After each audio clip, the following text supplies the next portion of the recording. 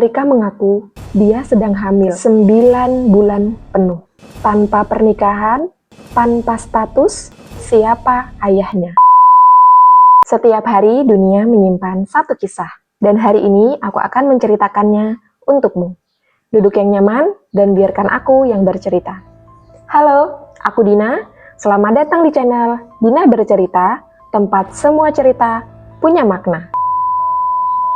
Pernahkah kamu merasa bahwa satu kesalahan bisa menghancurkan seluruh hidupmu? Pernahkah kamu berdiri di titik di mana semua mata menilai, semua telinga menghakimi, dan kamu hanya bisa menunduk, pasrah kepada dunia? Hari ini aku akan membahas atau menceritakan kisah yang terjadi oleh Erika Carlina, seorang artis, model, public figure, yang belakangan ini viral bukan karena prestasinya, tapi karena keberaniannya berbicara tentang sesuatu yang dianggap tabu oleh banyak orang. Jadi, Erika mengaku dia sedang hamil. Bukan 1 bulan, bukan 2 bulan, bukan juga 5 bulan, tapi 9 bulan penuh. Tanpa pernikahan, tanpa status, dan tanpa menyebut siapa ayahnya. Kamu bisa bayangkan, saat sebagian besar public figure memilih untuk menutup aibnya, Erika justru memilih sebaliknya. Ia buka suara di podcast terbesar di Indonesia dan ditonton oleh jutaan netizen. Erika mengungkapkan bahwa aku sadar aku salah, tapi aku gak akan lari. Aku gak akan gugurin anak ini, karena aku yang buat, aku yang akan bertanggung jawab. Kalimat itu menghentak. Kemudian netizen terbagi menjadi 2 kubu. Satu mengutuk, sebagian lagi menangis. Tapi, semua orang menoleh. Karena kejujuran, sesakit apapun, tetap lebih kuat dari kebohongan yang ditutupi. Coba kita pikirkan sejenak. Berapa banyak orang di luar sana yang melakukan kesalahan, lalu mereka memilih untuk lari? Berapa banyak dari kita yang menutupi rasa bersalah hanya karena takut dihakimi?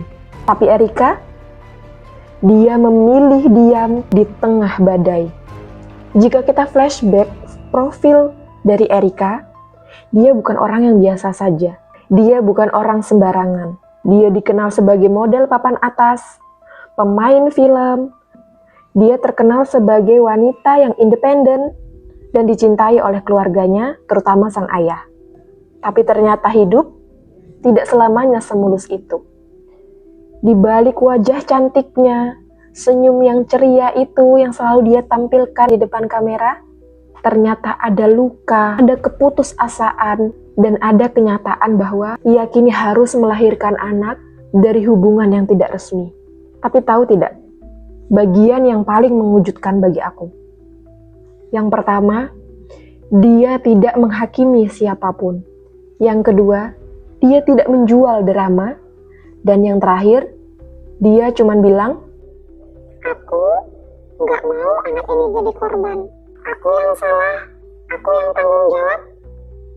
Doakan aku kuat. Dan di sini letak pembelajaran besar dari cerita ini. Pertama, setiap orang bisa jatuh, tapi tidak semua orang punya keberanian untuk berdiri lagi.